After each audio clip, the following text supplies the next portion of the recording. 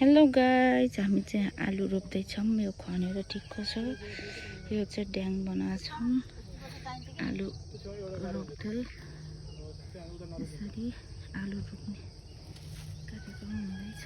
चाहिन्छ कि यता माटरले पुर्नु पर्यो, यता माटरले पुर्नु पर्यो। नारायणको वस्तु बनाउने भने मल हाल्दै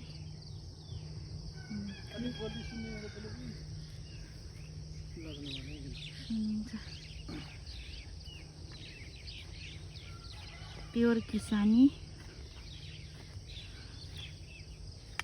यसरी कुलो बनाएर यसरी मल हालेर अनि रोप्ने यसरी।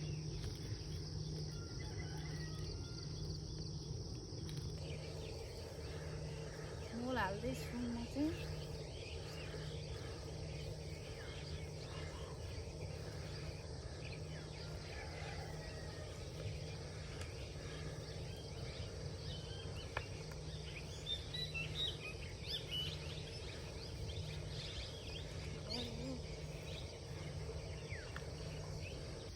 हामीले चाहिँ यसरी रोप्छौँ है आलु।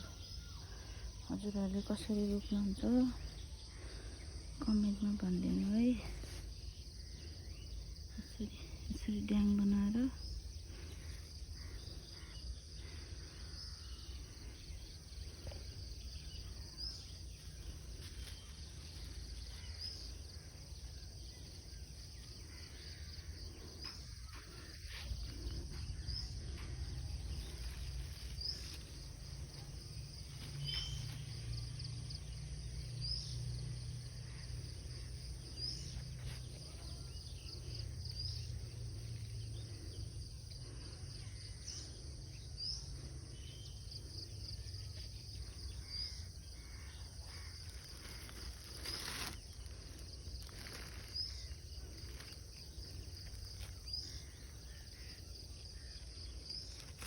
चाहिँ आलु रोपेपछि यसरी पुर्छौँ।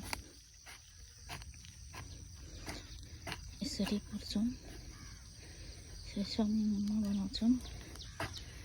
हजुरहरूले चाहिँ कसरी लाउनुहुन्छ कमेन्टमा भनिदिनु होला है।